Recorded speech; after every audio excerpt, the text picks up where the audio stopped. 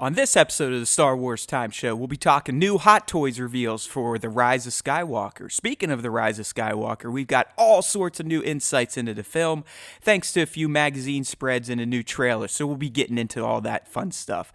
Of course, we'll also be talking a little Jedi Fallen Order, what we like, what we don't like, and then moving on to The Mandalorian to discuss S1E2, in particular, our top moments and some speculations on the Yoda Baby. What is it? Who is he? Where did he come from? Cloning this, cloning that. You never know. And then we'll be wrapping with the top 5 Star Wars fan artist features of the week.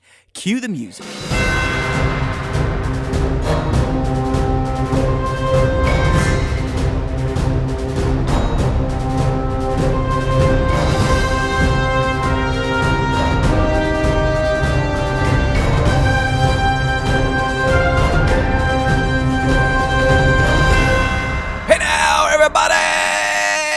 Welcome to a brand new episode of the Star Wars Time Show, and I've got some bad news for those of you that have been in the know and you were thinking you were going to get someone here, a new co-host to join me as Nick is out gallivanting around the galaxy down at Batuu, checking out Galaxy's Edge. I was supposed to have Sir Dork himself, that's right, Sir Dork 730 here, Jared Middleton, and I did, and we had a fantastic, damn near 2-hour conversation about those topics you just heard from our lovely announcer.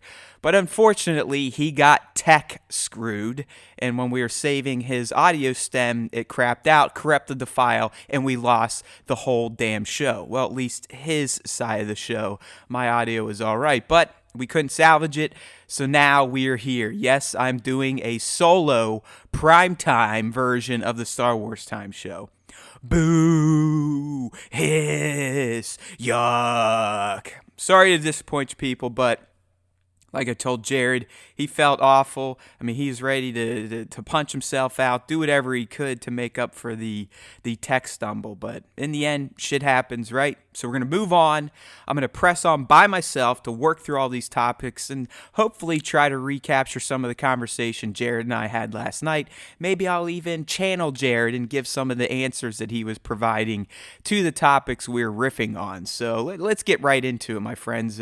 Obviously, this isn't going to be as long as the conversation Jared and I had, which is a bummer, but it is what it is. Maybe you're going to get a primetime version of the Star Wars Time Show that's actually less than 2 hours long. So let's go ahead and get into those topics, starting with the new Hot Toys reveal of a 1/6 scale Rey, as based on her appearance in The Rise of Skywalker. And I should add that this is also coming with a little Dio figure. Ah, Dio, you're so cute. But anyways, we got this Hot Toys Rey, and for the most part, she looks great.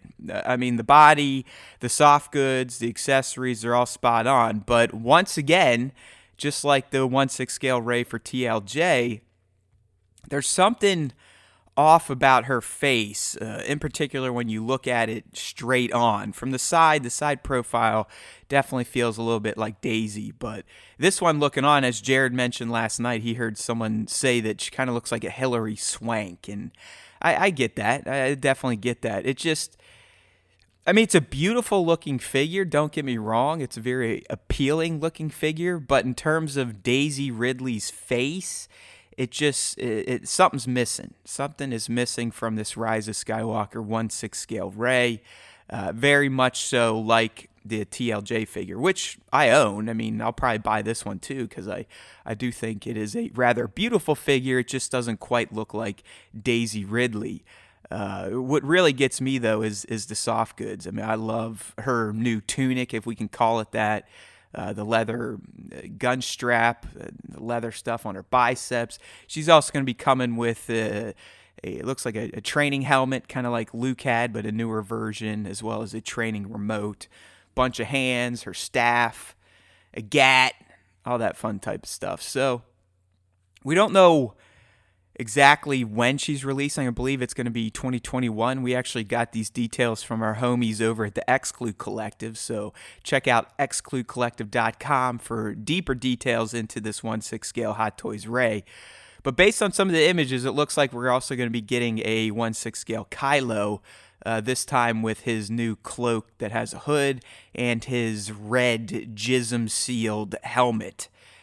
but we haven't got glamour shots just for him yet. So in terms of pricing, I would anticipate this Ray clocking in at least $250, maybe more because Dio comes with her, and he looks great. I mean, it's a full-on Dio to scale. So I'd say this Ray's probably going to run you $250 to $275, and I'm just too damn lazy to go look at Sideshow to see if she's up yet. But as I mentioned, should be a 2021-ish type of release. And pricing wise, I'd say at least $250 if you are interested. Just know that it's more of a Hilary Swank looking Ray, at least front facing, forward on, than Daisy Ridley. All right, so before I get into all this Rise of Skywalker stuff, and there's a ton of stuff out there, you can tell Lucasfilm and Disney, now that it has given birth to The Mandalorian, it's switched its promotional machine focus to The Rise of Skywalker, because this week alone, a bunch of new magazine spreads. We got a new 30-second trailer. It actually, more than half of it featured new scenes.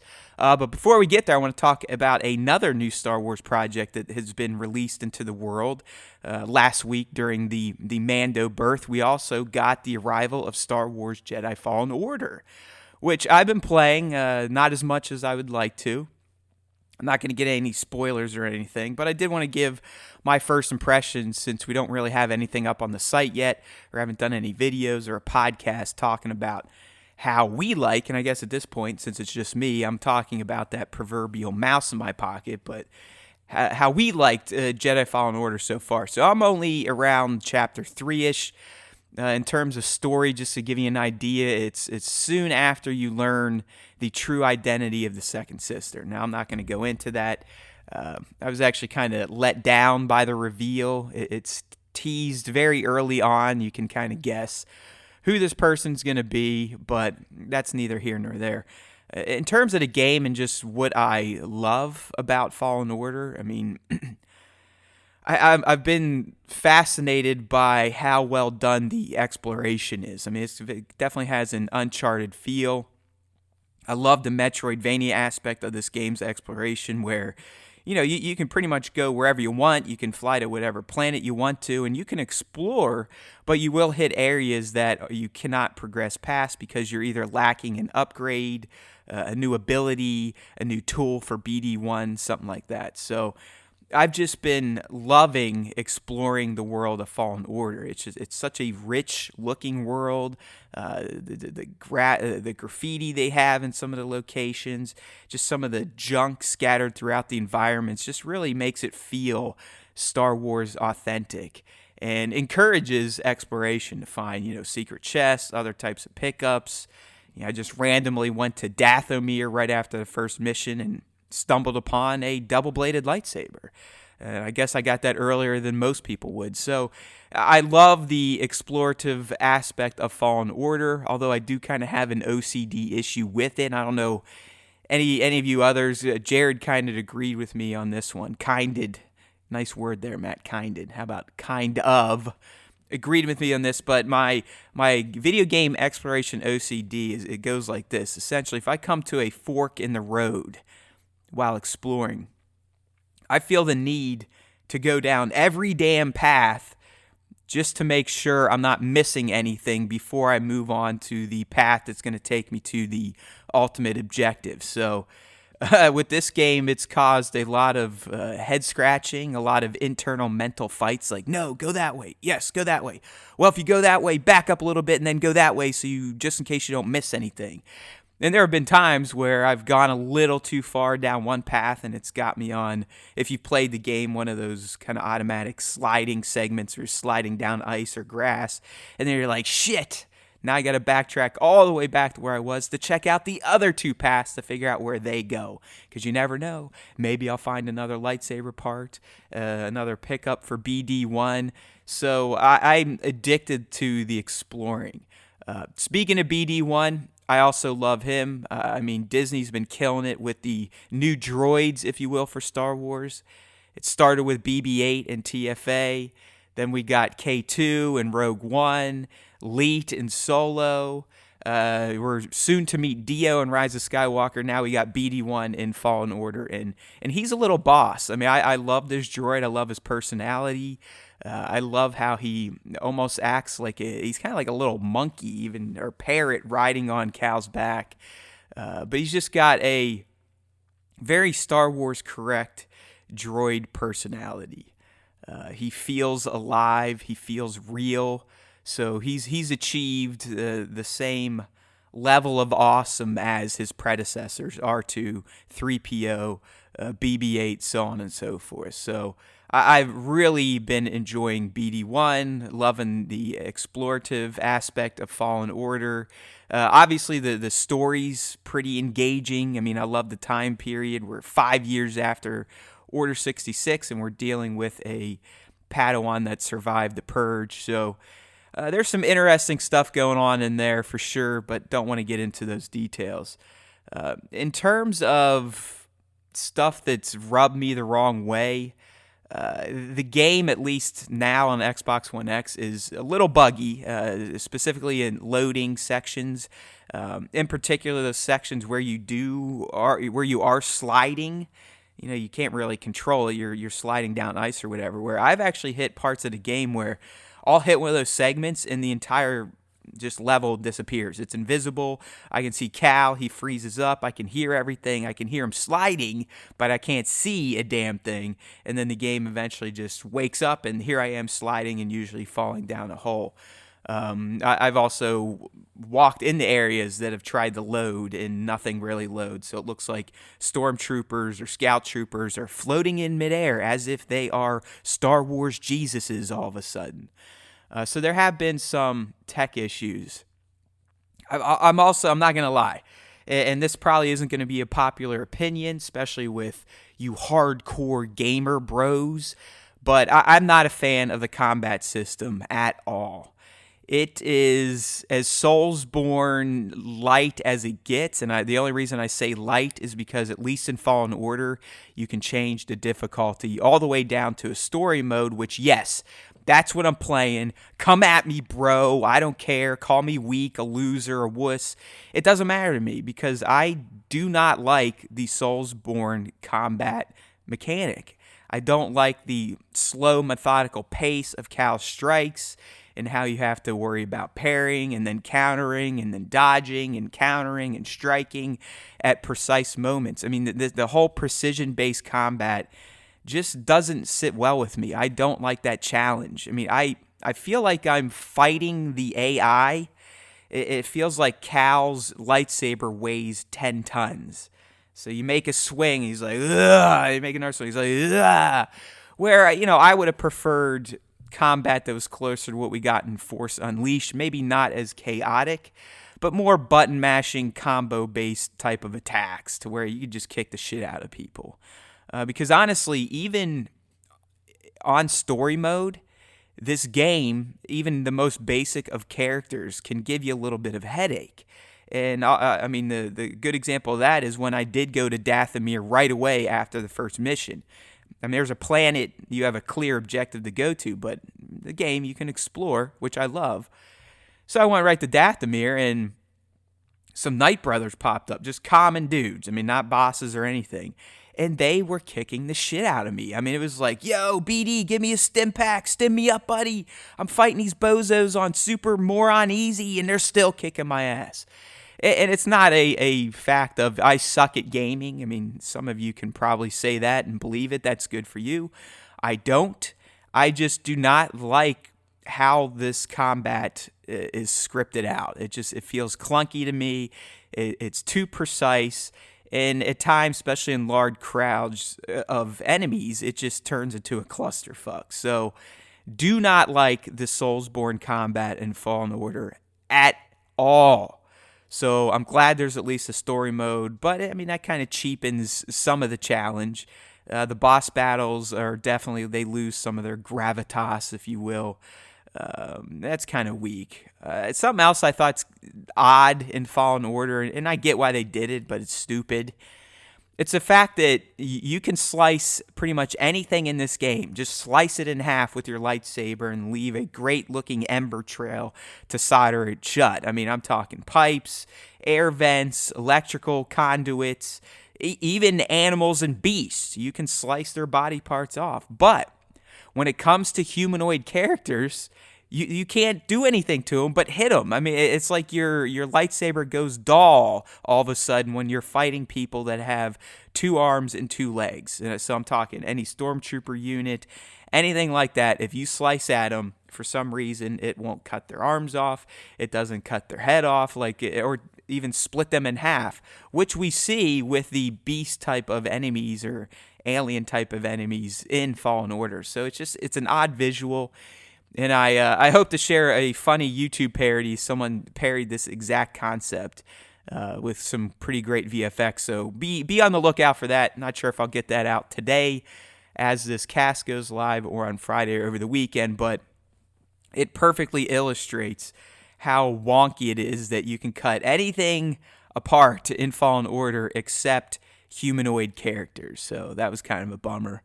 And I'm also, in terms of Cal himself, he's pretty vanilla, and I'm not just talking about the color of his skin. I mean, yeah, he's got that awesome red hair, but I don't know. He just seems like your standard generic Star Wars lead. He doesn't even feel like an alpha male. So, I mean, I'll probably get beat up for this from the people that hate new Disney or inclusive Disney, but I would have liked a different type of character. You know, give me a black guy, black girl, Asian guy, Asian girl, something like that. Just to kind of change up the color palette, give us something new as a lead in a standalone Star Wars story-driven game. I love Cameron Monaghan. I mean, what the dude did in Gotham is magic, and he's not bad in this. I don't know, the character of Cal just seems, at least where I'm at in the story, he's just kind of milquetoast, if you will. I mean, nothing really stands out about him outside of his red hair and the awesome bot that sits on his back. So this isn't me being some ultra lib. I'm not really into that stuff either. But it just, I don't know, it felt kind of generic. And if you follow, I think it was Katie Sackhoff on social media made a good point that Fallen Order and Mandalorian getting amazing buzz, amazing reaction. People aren't trying to stab each other's eyes out while talking about them. There's also a funny meme that shows, you know, people talking about The Last Jedi, and it's essentially a prison brawl, and then people talking about The Mandalorian, and they're all sitting around essentially doing the hamana meditation poses. But anyways, back to Katie, she essentially said, you know, it's kind of curious that there's so much positivity around Fallen Order and Mandalorian because, you know, they have traditional action type of male leads, where a lot of the negativity around Disney Star Wars has been because of the inclusiveness of the female characters, this, that, and the other thing. So, yeah, it's just a interesting commentary from Miss Sackhoff there. I like her. I think she's cool. So take it for what it is. But in terms of Fallen Order, is it a great game? You know, you may be sitting here like, does this guy even like Star Wars? He kind of sounds like an asswipe, but I love it. I mean, I love Fallen Order. Don't get me wrong. It's scratching that itch that Nick and I had talked about leading up to its release in terms of giving us a single-player-only, story-driven Star Wars game. I mean, it checks that off 100%. I'm just disappointed that the combat leans a little too hard into this precision-based Soulsborne type of setup. It's just not for me, all right? That's my opinion. Leave me alone. If you want to call me a loser, have at it. It's not going to bother me. All right, so moving on into some of the new Rise of Skywalker insights. Like I said, I mean, the Disney promo machine, Lucasfilm promo machine, has fully shifted its laser focus onto the Rise of Skywalker at this point. We're less than a month away. Hopefully you've got your tickets. I'll be there Thursday night on the 19th, and then coming back right away on Friday afternoon.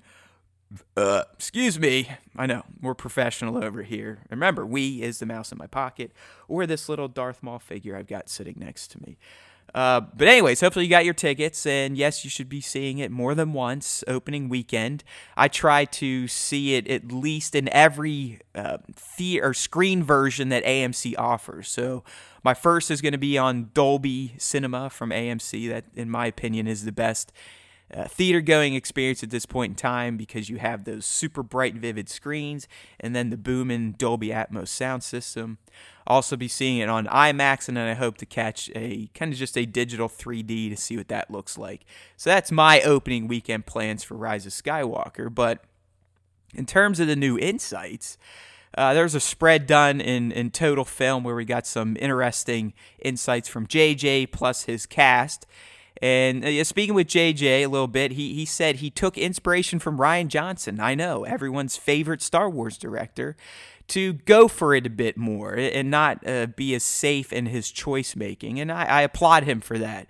What Rian did in TLJ, as much as some of you may hate it, it was done for a reason. I mean, the Disney Lucasfilm, they don't want to make any more Skywalker projects, so we got to kind of distance ourselves from them. That's why we set up the fact that potentially, hopefully it sticks this way, that you could have a character like Rey, who's superpowered in the Force, who didn't have to be tied to the Skywalker family genes and get their midichlorians and be super Force users. So it's good to hear JJ talking about that, trying some new things, getting a little more daring in 9. I mean, we've heard similar things in other spreads where it sounds like he's been a little bit more daring in this production.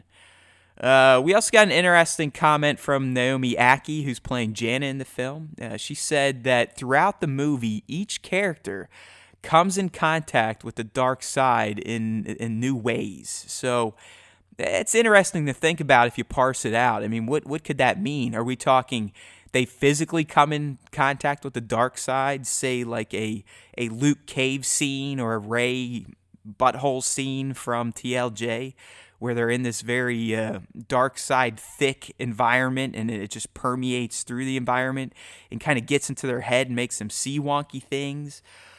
Or will they be doing something dark side-ish? Will it be poisoning their mind in another way? Or just will they actually come into contact with dark side characters? So, I mean, you could take it multiple ways what Naomi's saying here, but I thought it was interesting. And when Jared and I were talking about it on the original version of this podcast episode, we were wondering, could it be maybe once all the heroes get to the planet where the fallen Death Star's at, maybe there's a lot of dark side energy revolving around that location, and it could start messing with our heroes, and they may start doing stupid shit. You never know. But interesting comment, to say the least. We also got a comment from Kelly Marie Tran. That's Rose. I love Rose. Back off, motherfuckers. But she said people are going to find it really interesting how we, as in Finn and Rose, have evolved. So I don't know what that means. Maybe they had their one-night booty call, one-night stand. Maybe they have a kid. Or maybe they're romantically involved, even more so than what could have happened at the end of TLJ. But it looks like the film is going to touch on the Finn and Rose relationship, no matter how much some of you may hate it. I did like Rose. I mean, I know some of you think she ruined Finn and TLJ. Finn did not have the best plot or narrative in that movie, but it was not Rose's fault. Rose is a fun character, and it looks like she's going to be a whole different type of character in TROS, just based on some imagery we've seen. She looks like she's going to be much more than just a mechanic. It looks like she's going to be kind of more of a fighter, potentially a leader. So I'm glad Kelly's back and the trolls didn't scare her away. Last thing from this article. Yeah, nothing much here. I mean, Daisy says that we may finally get a payoff on one of Maz's lines from TFA, in particular, the belonging you seek is not behind you, it is ahead. So, yeah, I think we are going to see Rey, at least Rey herself, still dealing with the fact that she doesn't know for sure where she comes from, who she truly is. I mean, I'm not saying she just thinks Kylo was lying, but she needs more closure than just some psycho dark side nut job who was trying to get her to come to her side, telling her something. She kind of needs to see it for herself. So Moving on, we also got a pretty impressive spread and interview set from Entertainment Weekly for The Rise of Skywalker. We got quotes from JJ, the cast, Anthony Daniels, C-3PO. So we'll kind of go over some of these, some of the more important ones, I would say. From JJ himself, I thought it was interesting that he brought up that at this point in time, they're still working on the film. I mean, it's not, the final cut hasn't been approved yet, but he feels they're in a better situation than when he was with TFA at this point in time. And this is due to the fact that they didn't require nearly as many reshoots in TROS as they did in TFA. So, depending on where you lean with Disney Star Wars, you might have been reading some stories about, oh, TROS is a mess. They've been reshooting it all fall because it sucks. The ending's a disaster. The Mike Zeros of the world that put those stupid clickbaity bullshit titles out there in their videos. But if you believe JJ, you don't think he's just full of shit. He's telling us right now that TROS didn't require nearly as many reshoots as TFA, and he credits this to the fact that both he and his crew and his cast aren't noobs this time around. They know each other. They know how to work. They know how to get the best out of the actors, and the actors know how to give the crew what they need. So it's even though it's a much larger and ambitious story, they actually got it shot much quicker than TFA. He also went on to say that even while the trailers have shown off some pretty insane stuff from the movie, I mean, let's think about it. We've seen Dark Rey already. We've seen Rey literally facing off with Palpatine. They've introduced Palpatine via the trailers. We've seen some of the Sith fleet. And there's been some amazing moments. But JJ said in this interview that, hey guys, you've seen a lot of surprising moments, but these trailers haven't even scratched the surface in terms of content from major action sequences. So, I mean, that kind of gets my nipples hard to think, what else have we not seen in terms of major action sequences? I mean, even this new 30-second spot I'm going to talk about, we got a pretty big action sequence that could shine some light on the plot. So I like what JJ's saying here. I mean, it seems like this movie should be pretty good, right? I'm hoping it is. I mean, it's got the potential, if it's really going to close the loop on 3 trilogies plus this trilogy itself, plus also serve as a standalone movie, it should be pretty fantastic. We also got some choice quotes from our homies Oscar and John. Isaac made it clear that these two have been sent on a mission by General Leia early on to start rounding up some allies, but they're not finding any. Oscar also went on to explain that due to the 1-year time jump in between TLJ and TROS, the main characters on the good guy side, at least Rey, Poe, Finn, probably Chewie, the droids, they've become a pretty tight-knit group. They've gotten to know each other quite well, and they've actually done some training together. So Oscar explained that by the time Rise of Skywalker comes around, the trio on the good side at least, and probably Chewie and R2, the droids, they become a legit strike team of sorts. So using the term strike team, maybe we'll see them kind of go on some crazy mission together, do some wild stuff. We got some new stills from this Entertainment Weekly article, and one of them shows the 3 of them and Chewie in some sort of a cave. And yes, if you've read the leaks, you probably know what that is, but I've read some of them, and I don't want to vomit them up on here anymore because I hate myself for reading them, and if I had some bleach sitting next to me, I would definitely be pouring it into my eyes and then directly into my mouth because I still hate myself for doing the leak thing, and now knowing that a lot of it is true based on these trailers. But it sounds like Rey, Poe, Finn, they're going to be a pretty formidable unit that the Resistance can send out to kind of get shit done. So I'm glad that we're going to be seeing them all together because we really haven't up until this point. Speaking of not seeing them together, Oscar and John mentioned that they got their wishes for this film. Each wish a little different, but it still ends up being, hey, we just want to all be together, act together, have fun, kind of create this camaraderie. So Poe at least will be spending much less time behind the yoke in a cockpit. He's going to be out there with the group, getting shit done on the ground. where Finn, as Boyega explained it, he's going to be portrayed as more of a capable soldier this time around and less of a comedic goofball, the guy that makes us laugh with great lines. And like I said, I mean, Finn, I will agree, was a bit shortchanged in TLJ, although the end segment where I thought he was going to sacrifice himself, still one of the more impactful moments from that film. I may have cried in the theater while watching it. He had a great moment there, and that's kind of where, Finn's character made some growth. But it sounds like we're going to see where that growth went in TROS, and I'm excited for that. This is cool, too. I mean, John mentioned, we're all together, we're hanging out. It's more of the, equivalent to Han, Luke, and Leia deal. So apparently JJ encouraged the leads to improvise some of their dialogue, and he did this to make the scenes and their bonds feel more natural. So I'm excited to hear that. I think that could provide for some pretty awesome chemistry in this movie, make all the relationships just feel more genuine and legitimate. So I'm super pleased to hear that, and I think the cast probably ran with that concept and just made the scenes and the dialogue between characters feel so much more natural that you will watch them and be like, yeah, they definitely have been hanging out together. They've been through some shit together. This is a tight family unit of characters. Isaac did. It seems like he was going to slip here because while talking, he slipped. He was about to slip on something about Rey, and because he mentioned, he's like, yeah, Rey has something, but then he stops himself and then he says, Rey is driving her own thing. She's not doing what other people are telling her to do. So, I mean, I don't know how you want to parse that. Rey has something. I mean, was he implying that Rey has her own ship now? Does she have her own X-Wing? Or does she have her own mission? Is it a secret mission? Is there something driving her outside of the main mission to protect the galaxy from the First Order?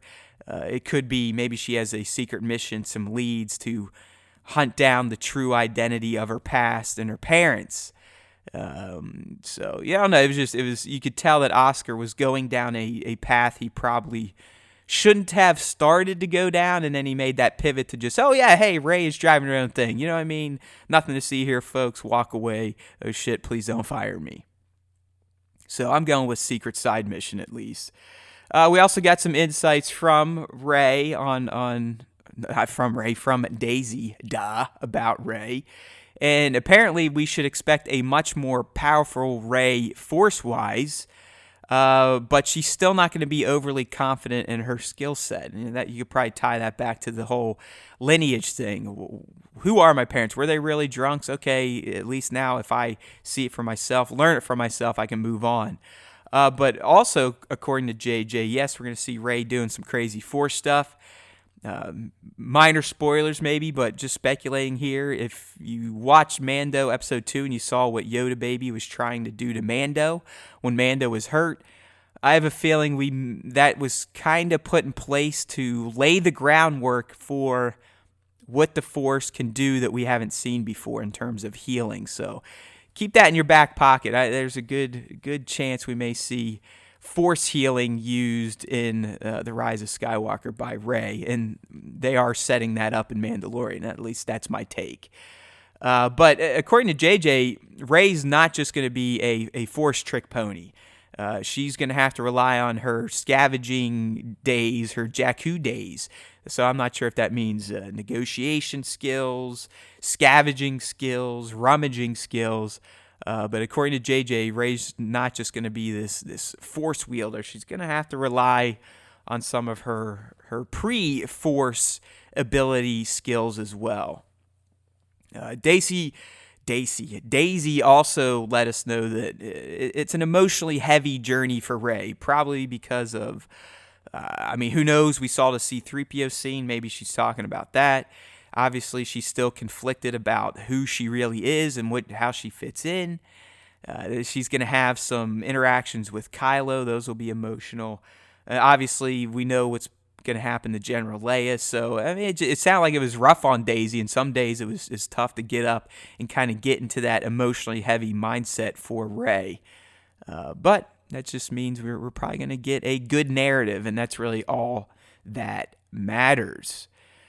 We also got some stuff from Adam Driver. He mentioned, I thought this was interesting, that by Kylo killing Snoke, it became a birth moment from the character of Kylo Ren. He finally feels like his own person. He no longer feels like he has to live up to the standards of his pseudo-fathers, Han Solo, Uncle Luke, Snoke. But I think this is still going to be a dangerous thing for Kylo. I mean, it sounds like he's going to be emboldened in TROS, which is probably just going to get him in trouble because he still is a mental disaster. I mean, this guy is constantly feeling the pull between the light and the dark, more so than any of his predecessors, any of his family members. Anakin, you can argue he felt less of a pull between the two. He joined the dark side out of convenience. He thought it was going to help him achieve something that was going to benefit him directly, where Kylo, maybe we'll learn more in the Kylo comic series coming up here in December, but Ben essentially wanted to be bad. He was like, you know what, fuck this. My parents don't like me. My uncle tried to kill me. Fuck everybody.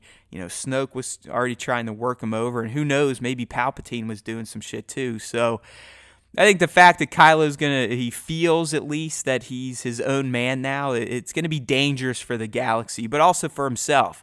It may come back and bite him in his ass if he goes too far to one side. Someone may have to course correct him and bring him back to reality, and maybe it could ultimately lead to a redemption moment. All right, last thing from this EW article that was interesting.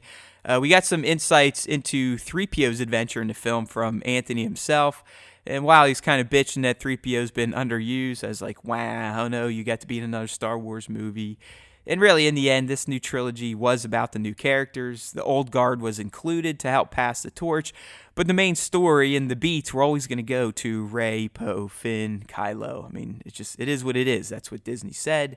You either like it or you hate it, and clearly we have a division at this point. But anyways, 3PO, according to Daniels, we will see him used in ways that we've never seen before, and it's going to come off as very refreshing and new. And we've seen it teased. I mean, we've seen the red eyes, so what could that mean? If you've read the leaks, you have a very good idea.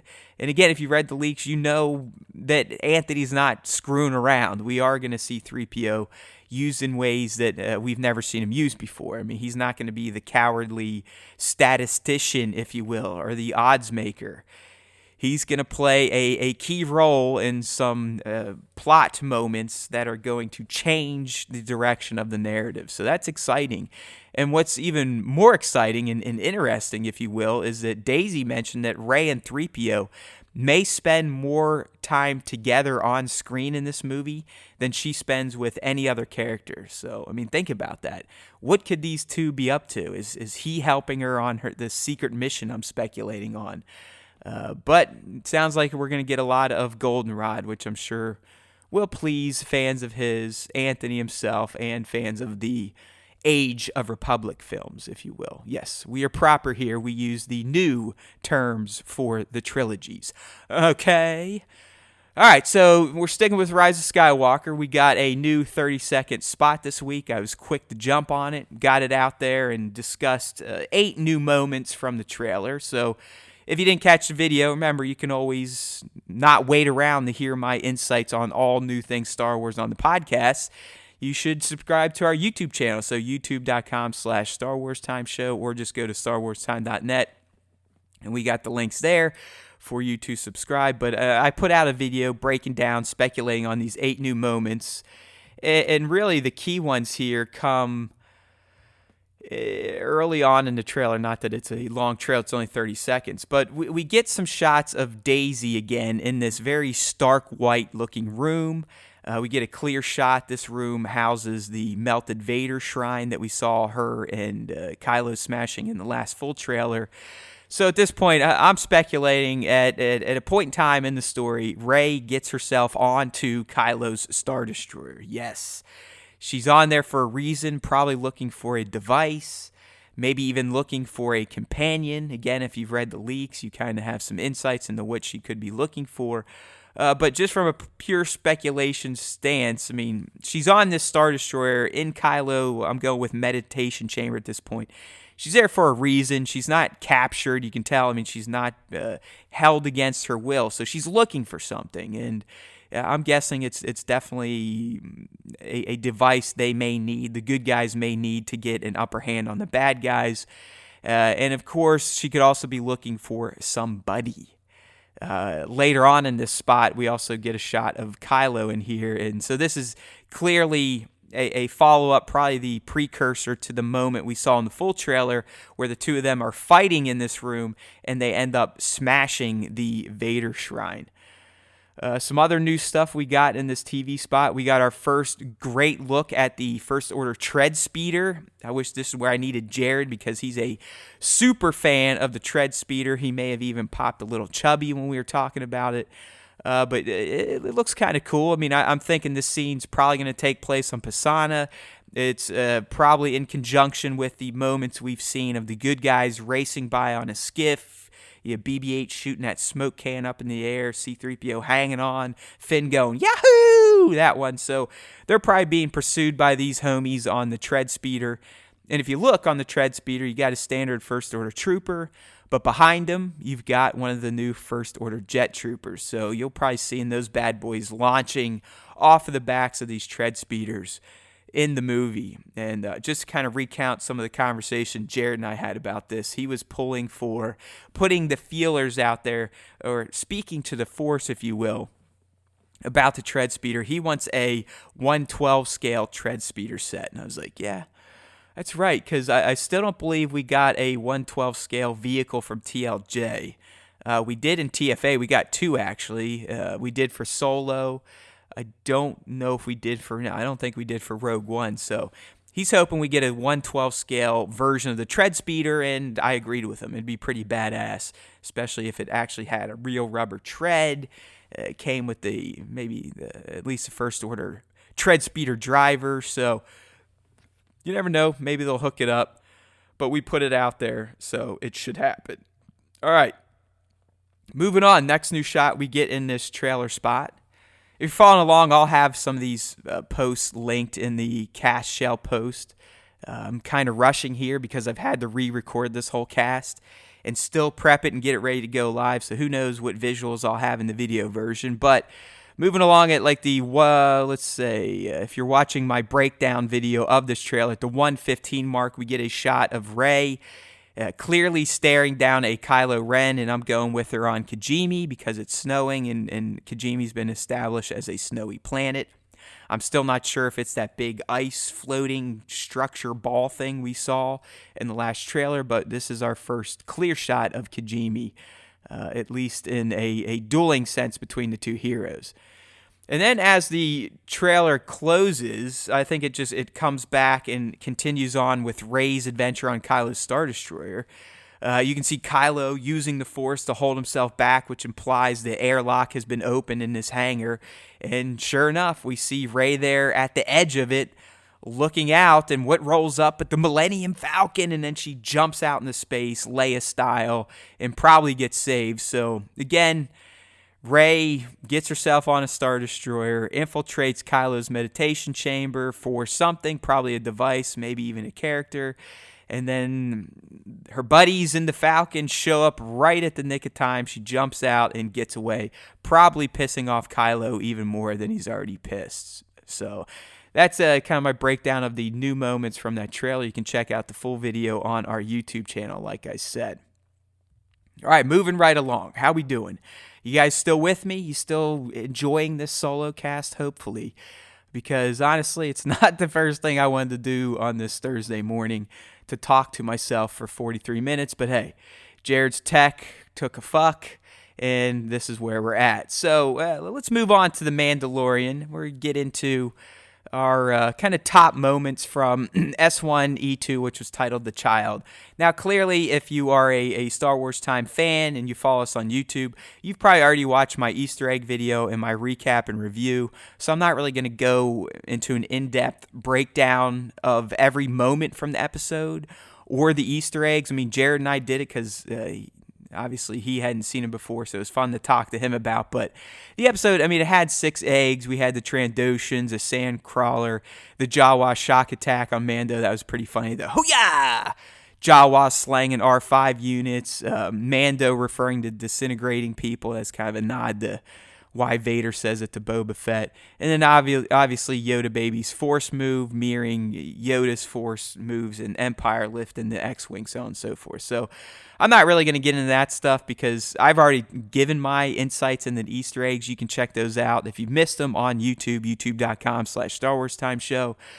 So I'm just going to move into my top moments and then some speculation based on what we saw in this episode, which was great. I mean, I guess I'll start out with something that disappointed me about the episode, and that's the fact it was only 26 minutes long. And yeah, it said 30 or 32, but if you subtract the recap, the credits, the end credits, all that stuff, it might have been 25, 26 minutes. I mean, they were 25 glorious minutes of Mandalorian footage, but I don't know. I think we are all just conditioned to think streaming series should be 50 minutes plus. So it's been odd to get these shorter episodes. But in the end, we're probably going to end up with a 4-hour, 6-hour type of Mandalorian movie, if you will. So I'm not complaining. The episode was great. I'd say my first top moment came when little baby Yoda, I mean, come on. Yoda Baby is just everything right now. He has become one of my favorite characters, and he's easily the most adorable Star Wars character ever to be introduced. I mean, it's not even close. I mean, he's more adorable than baby Luke and Leia. I mean, those two are ugly compared to Yoda Baby. So obviously he's going to get a lot of top moments, and I'm going to speculate on him a little bit, which I'm going to say, I mean, I've been seeing this week in particular from some of the bigger sites, bigger Star Wars personalities on YouTube. They're finally getting around to doing speculations on Yoda Baby and his potential being a clone of actual Yoda because of Dr. Pershing's Kamino ties. And I'm going to toot my own horn a little bit here, people, but last week, I mean, literally 7 days ago, 8 if you consider my Dr. Pershing Kamino vid, I was already putting these theories out there about Yoda Baby potentially being a legit clone of Yoda, and other theories that I'm going to talk about after kind of discussing my top moments of this episode. So I guess the moral of the story is support us smaller YouTube channels. I mean, I like guys like Star Wars Theory. I mean, great content, but I mean, he's just now putting out his talks on how Yoda Baby could be a clone of Yoda. When your boy right here, I mean, come on. I had it out last Thursday. So there's your PSA on supporting smaller YouTube channels. And while I'm at it, go ahead and support our buddy Sir Dork 730, even though he can't record his audio stems because his YouTube channel doesn't quite have a massive following either, and he puts out some great content. So check him out. Anyways, back to the child episode of The Mandalorian. First top moment to me again, Baby Yoda taking it upon his cute-ass self to get out of his little egg crib and try to heal the Mando with the Force. So this was a moment I was talking about when I was discussing that we're going to see some pretty insane Force powers in TROS. And I do think this scene was to set the groundwork for that Force users do have this healing ability. But how fucking cute was it to see Yoda Baby get out and make those little coos like, oh, oh. He's kind of got like the gizmo language at this point, holding his hand out and trying to use the Force to heal it. And things just got even cuter when the Mando, this big tough guy, has to pick up this little potato sack and put him back in his egg, and then he gets back out to try and help again. I mean, come on.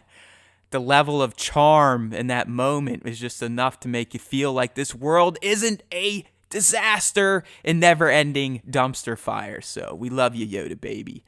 Next top moment of mine, I absolutely love the whole Jawa sequence, starting from the moment when he realized they were looting his Razor Crest all the way to where they make the deal with the egg, Suga. I just thought the Jawas were fantastically portrayed. I've got a newfound respect for them. They're so damn funny. I mean, it feels like whoever wrote this episode really wanted the Jawas to kind of come off as the Star Wars version of Minions from Despicable Me, which love the series, love the franchise, love the Minions. But the Jawas were just excellent. I mean, from chanting Suga, Suga, Suga when they were going to look for the egg, to when they got the egg and they were going nuts, to when they were talking shit on Mando. So the Jawas were just great, but it all started with the Mando blasting them. I mean, we finally got to see what a disintegration in Star Wars looked like. I guess we got our first look when he zapped that Trandoshan, but it was awesome just watching him light these Jawas up, like boom, boom, pot shots. They're disappearing, like ho, and then just on to the chase when he's climbing up the sandcrawler. He evoked imagery of OG, 1966 Batman. They're throwing like junk at him, hitting him in the head, and then when he gets to the top, they all do their R2 shock stance, and they're like, "Shada!" and blast him, and he falls off. So the Jawas were just fantastic in this episode, and like I said, definitely bigger fans of them now. They have way more personality than I ever imagined. So good jobs on the Jawas. Next moment, hey, guess what? It's another Yoda Baby moment, and this comes in the form of him chasing down that frog and eating it. I mean, it was framed around another great exchange between one of my new heroes, Kawil, and the Mando. But just watching Yoda Baby in the background casually chasing this frog, he catches it, and then he shoves it down his throat. I mean, the frog was literally longer than Yoda Baby, so it's not going to be hard to include Yoda Baby in every top moment breakdown from here on out for The Mandalorian for its remaining, 6 episodes now. So up next, back to the Jawas. So there's a theme going here with my top moment, but I love the barter session between the Jawas, Mando, Kawil, and I guess even Yoda Baby was involved. But the Jawas were just fantastic. I mean, talking shit to Mando. They're like, oh, his Jawa sounds like crap. He sounds like a Wookiee. I mean, that was just an epic line. And Mando's reaction was even more epic because he's like, oh, yeah, you understand this? And then just throws his flamethrower arm at him. So it was just a great exchange. It just shows you how Jawas work. I mean, they'll literally steal from you and then try to sell your own stuff back to you the same day. So I love that whole bartering session, and then their obsession with the egg, and then the payoff. So that was just fantastic stuff. And then up next, obviously, Yoda's big Force move. I mean, I loved how visually it harkened back to actual Yoda doing the same thing, but on a different scale with Luke's X-Wing. But it just goes to show you why this baby's coveted in the galaxy, why he's so important, and why he may be wanted by a Kamino doctor, right? Cloning, genes, this, that, and the other thing. So it was an awesome moment visually. I mean, he saved the Mandalorian's life. It was pretty impactful. I mean, it already shows how these two care for each other. I mean, Mando, he's still pretty rough about his care. But just think about Yoda Baby, all the moments he had in this episode with Mando, just to show his affection for Mando. I mean, starting with the healing scene, then Mando walking through his destroyed ship. I mean, you can tell he's distraught, and then the little Yoda Baby just kind of peeks in. He's like, hey, buddy, you all right, man? Don't worry. Life is good because I am here. And obviously he saves him with the Force move, and then at the very end of the episode, Mando turns to look on him because Yoda Baby's still passed out from Force exertion. But lo and behold, after he touches him, little Yoda Baby pops up and just kind of looks at Mando like, I've got your back, homie. I did that. I saved you. So love Yoda Baby. And then the last top moment here had to be the goodbye to Kawil. I mean, I just want to go on record again and say I absolutely love the character of Kawil.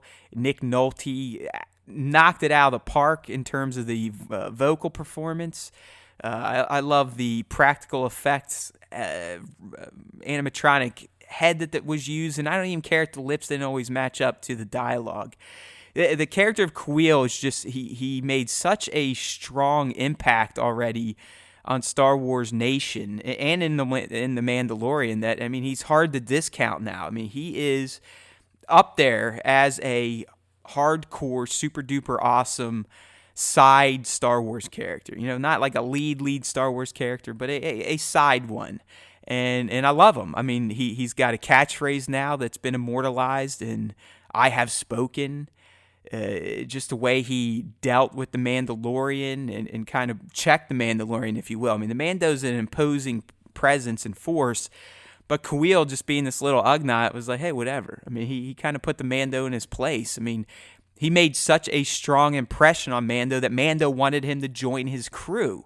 So I loved their goodbye. It was very heartfelt, very genuine, and it just showcased how awesome this character of Kuiil the Ugnaught is. So hopefully we haven't seen the last of him. I don't know if we'll see him again in this season, because I think he kind of served his purpose in getting the Mando help and ultimately getting the Mando back off his planet. But if we see him again, it might be in season 2, and I hope we do, because he's just a fantastic character. Woo, man, this is taxing on the voice, on the body, but we're still going. Matt doing the solo cast. Yes, I'm even talking in the third person now. If you smell what I'm cooking. Yes, channeling the Rock. Holy hell, almost going an hour by myself. I deserve a medal. So, moving on with The Mandalorian, in particular Yoda Baby, I just wanted to get it out there on the podcast, some of my theories that I dropped at this point 7 days ago on YouTube, so shame on you for not checking it out yet. But immediately after our cast last week talking about the Mando, I was like, I've got 3 fairly strong theories about Yoda Baby. And they do tie back to Dr. Pershing from episode 1. He's this guy that we've established is a Kamino doctor, probably a scientist. So, I mean, that sheds a ton of light on why someone like him or a faction or an organization that's backing him would want a Yoda for all intents and purposes. I mean, they are super Force users, and it's already been proven Yoda Baby has the Force, and he probably has a very strong connection to it. So that leads me to believe if you have the Kamino connection, a hardcore Force species, there's probably some sort of cloning / genetic testing that needs to be performed or has already been performed. So here are the 3 theories. First one, starting with a lot of what some of the bigger Star Wars personalities are running with this week, and that is Yoda Baby is a legit 1-to-1 clone of Grandmaster Yoda. And you may ask, well, how the hell did that happen? Well, yes, it's 50 years old, but we do know that cloning technology can advance aging. So if they did get Yoda genes, say from the fight with Palpatine at the end of Revenge of the Sith, he did drop his robe. He did scratch in the Senate room. So, I mean, there's genetic material there.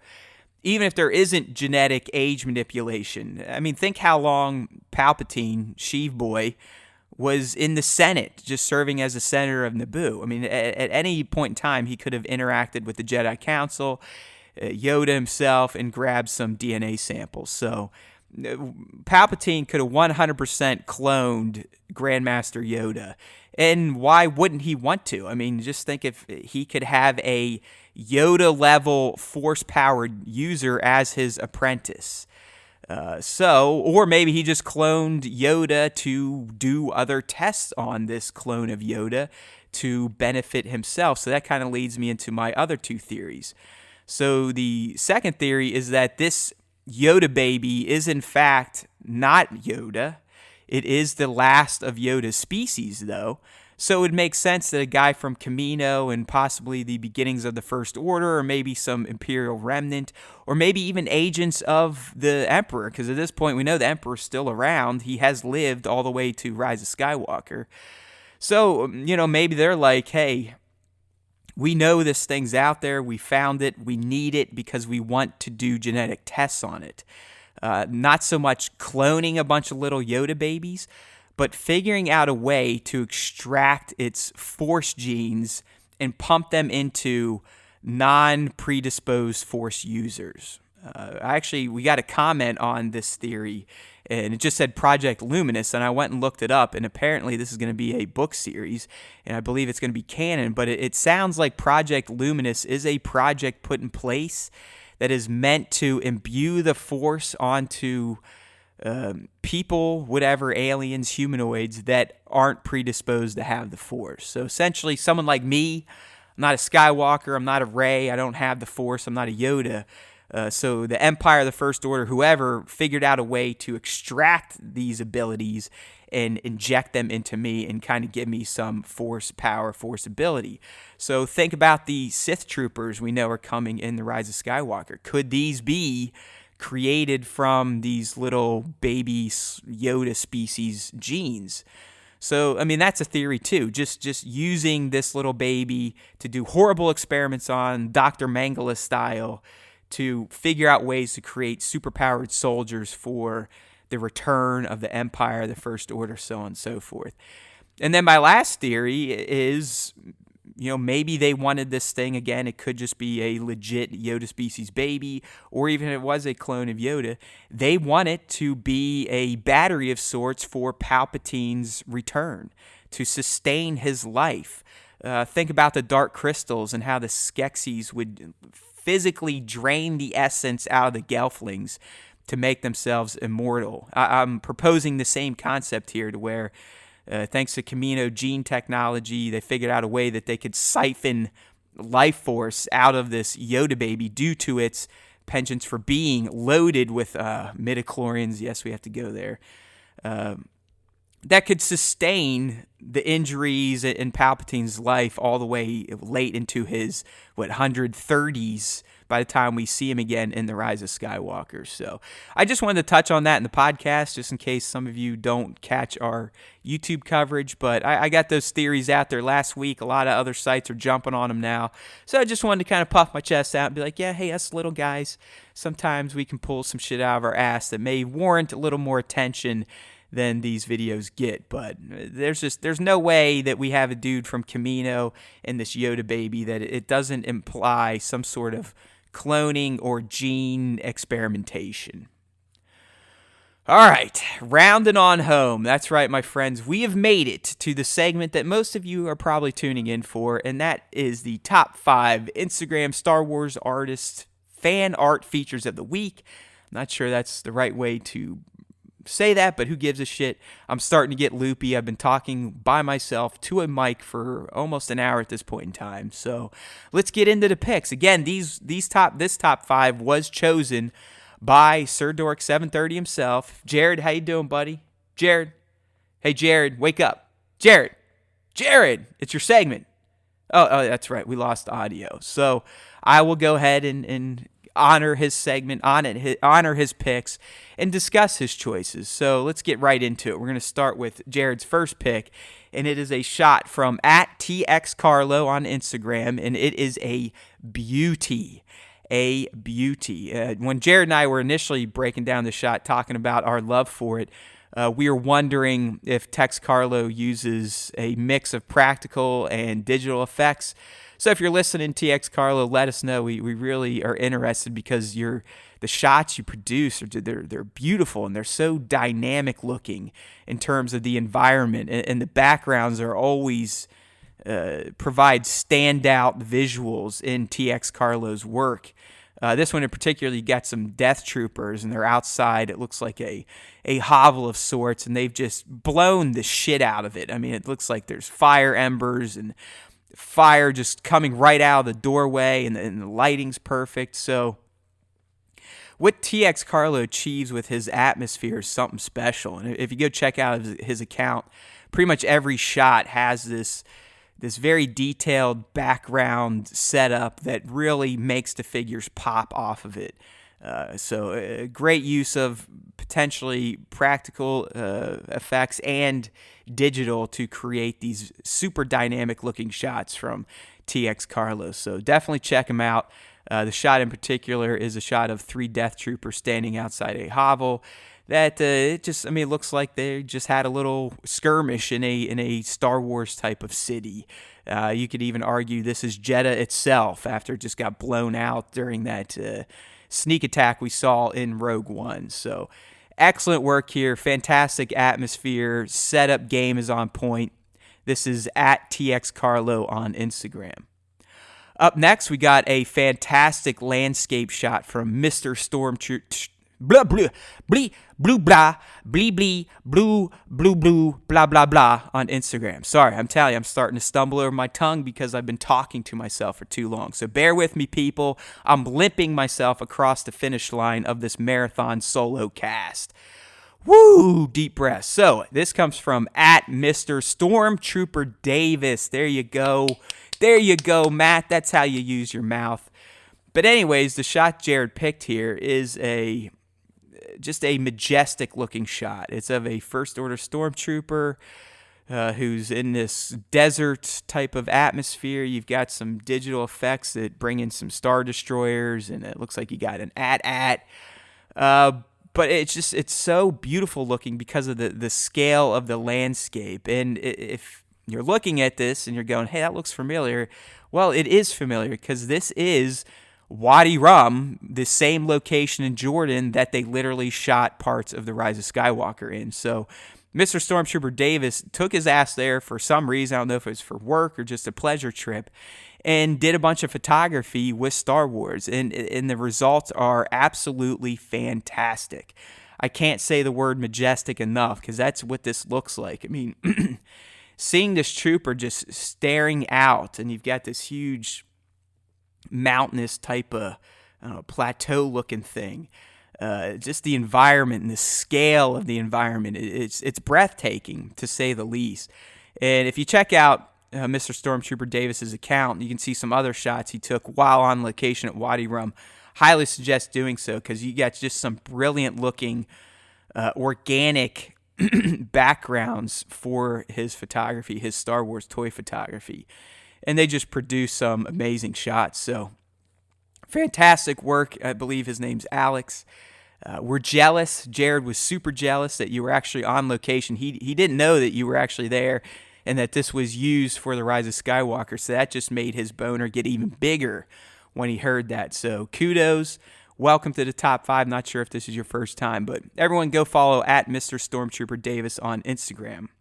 Ho! Up next, what do we got? We have some GOAT on GOAT action. That's right. Sir Dork picked a recent shot from Everything Kylo. It's a badass shot. It's a shot of a First Order jet trooper taken off, and of course, it's coming from the dirt blower himself, the master of dirt blowing. I mean, Jared and I, we ran on a whole little theme of how good Jesse is at blowing dirt and that skill of his and how he can get these particle effects to just be absolutely perfect looking. And he did so in this shot. I mean, it literally looks like the jet trooper's taken off and his exhaust is kicking up all the dust and debris behind him. And, you know, Jared wanted to make a point that it's impressive that Jesse always manages to find the perfect time of day to capture the perfect light source for these types of shots. And I agreed, because if you try to do these shots where you kick up dust using either an air gun, a drain cleaner, canned air, you really need a lot of things to go right for you, in particular the lighting. If it's natural light, the sun's got to be at the right position in the sky. It's got to be the right temperature of light. It's got to typically be behind or to the side of the figure so it can accentuate the particles and give you that great looking bokeh. And Jesse just nails that every freaking time. He is the master blower of dirt. The guy can blow dirt better than anyone I've ever seen. And when I say blow dirt, I'm being dead serious. The dude physically blows dirt. Check out some of his BTS. I mean, dude will get a pencil in mouth, not a pencil, a straw in mouth, get down and dirty, and start huffing and puffing, going, puh, puh, puh, puh. Give me those particles, puh, puh, puh, particle time. I'm Master Dirt Blower Jesse. I am the GOAT. So, fantastic shot, as always. I mean, Jesse, like Sir Dork Jared, Black Series, work more or less. I mean, there's a lot of accounts out there where, I mean, I could share one of their shots, Jason B. Michael, every week, and then it just depends if my buddy Nick is going to pick them. But because Nick has a hard-on for troopers, that's typically where he goes. But that's kind of where Jared went too. So we speak your name, Jesse. I wish we could have had the actual conversation that Jared and I had last night, but hey, his audio got nuked, so here we are. Make sure everyone to follow everything. I'm sorry, not every, it's everything, ever, EVER, THINGKYLO on Instagram because he's a goat. Up next, Jared's next selection was a beauty from Nose Rain. This is another one I wish we could have recaptured what Jared and I were saying initially, because I feel like if I try to do it so now, it would do it an injustice. But what Richie did here, that's Nose Rain with this shot, which is essentially portraying if The Mandalorian were a show in the Star Wars universe and its main characters were at a Comic-Con signing posters for fans. That's what he created, but it was in universe. So you have the Mando, IG-11, and Cara Dune sitting behind a signing table, physically signing printed out small-scale posters of The Mandalorian. And then you have like little Jawas supposed to be the fans, and one even has a freaking Mandalorian helmet on it like he's cosplaying, just sitting there so happy to be getting signatures from the stars of the show. I mean, the imagination that Nose Rain has is just, it is beyond me. I mean, my brain can't even comprehend how he sat down and planned out and dreamed up this shot. And then the fact that he executed it at such a high level just makes it even more magical. I mean, Homeboy printed out posters for The Mandalorian. He printed out promotional posters for the characters to sign. It's absolutely brilliant creativity on display. And, I mean, you don't really get much better than what Nose Rain's putting out right now in terms of his staging, his ideas, and then his execution. I mean, he's up there with a Plastic Action, if not on the same level or starting to pull away. I'm not trying to compare the guys because I love them both. But the scenes this guy cooks up, they're just on a whole nother level. It's something someone like me who's fairly basic toy photographer, it never would cross my mind to do a shot like this. So kudos, Richie. Your creativity always continues to astonish. Keep at it. We've loved watching you grow, and you're just going to get bigger and bigger. And hopefully someone pays you for this. In fact, Jon Favreau and David Filoni should pay you for this shot. Not kidding. You deserve money.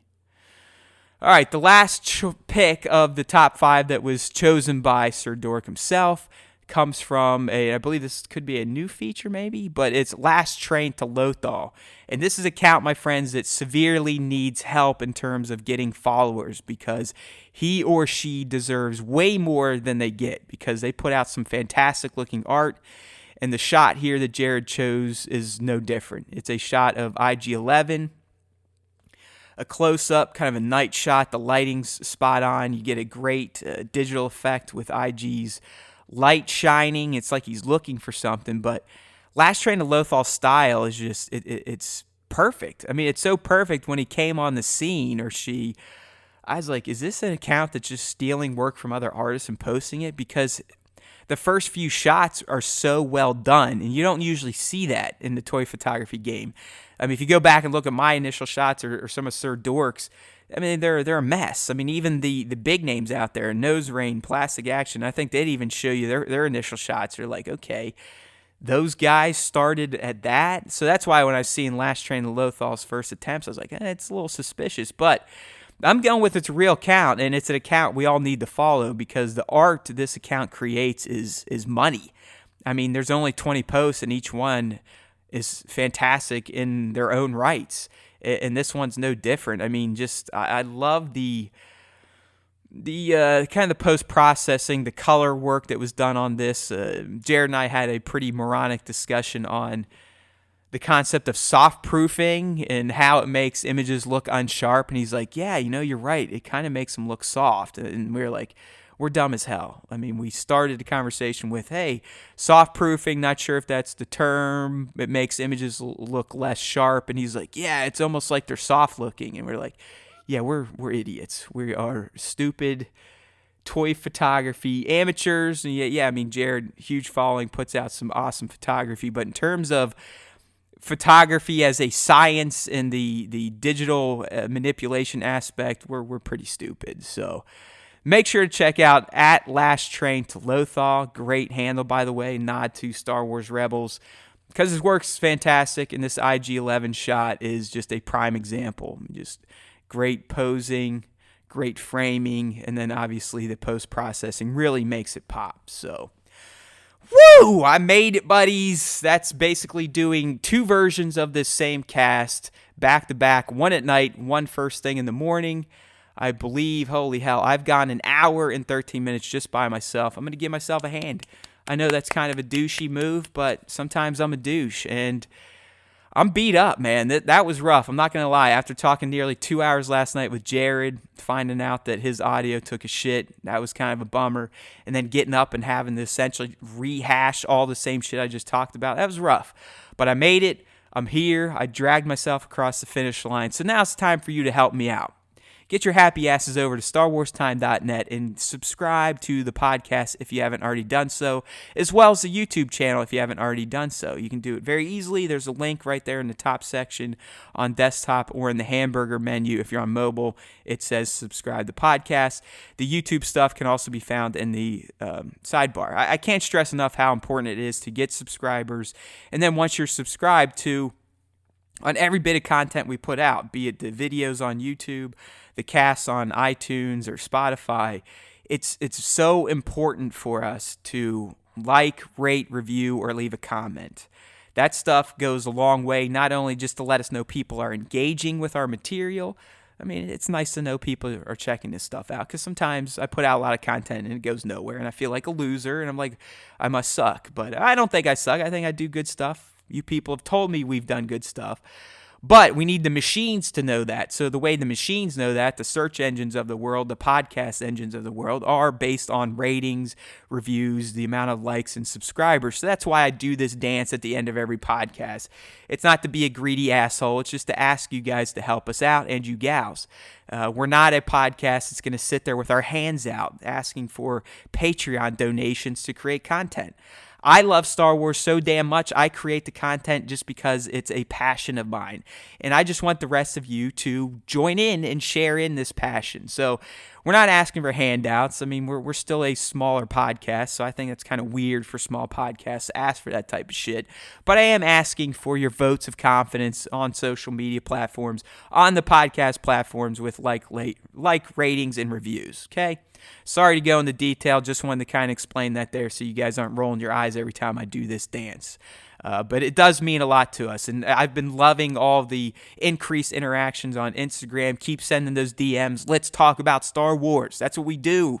There's always time for Star Wars time, right? There's always time for Star Wars time. There's always time for Star Wars time. Yeah, I'm not a singer. All right, my friends, remember, if you listen to the Star Wars Time Show podcast, even with just one host, the Force will be with you always.